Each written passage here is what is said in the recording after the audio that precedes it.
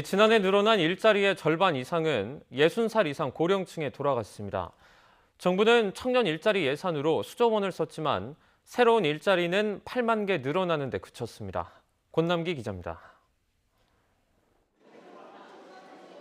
지난해 증가한 일자리 71만 개 가운데 절반 이상은 60살 이상 고령층 일자리였습니다.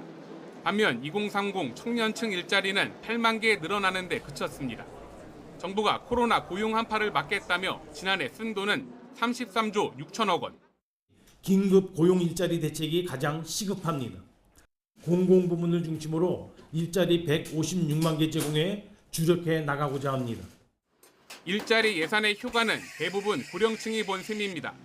실제로 정부가 지난해 2조 8천억 원을 투입한 직접 일자리 사업의 경우 80% 가까이가 65세 이상에게 돌아갔습니다. 물론 정부는 청년 일자리를 새로 만들기 위해서도 막대한 예산을 썼습니다.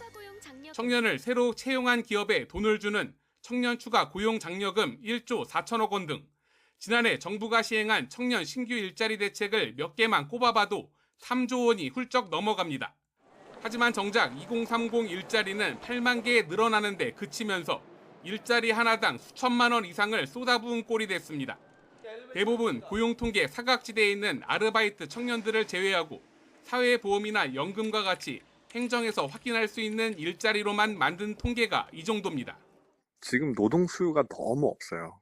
재정으로 쏟아부어가지고 일자리를 창출해내기가 어렵다는 말이거든요. 결국에는 지금 이게 정확하게 재정 지원의 한계를 드러내는 거잖아요.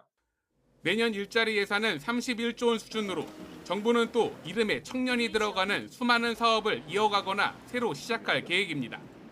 YTN 권남기입니다.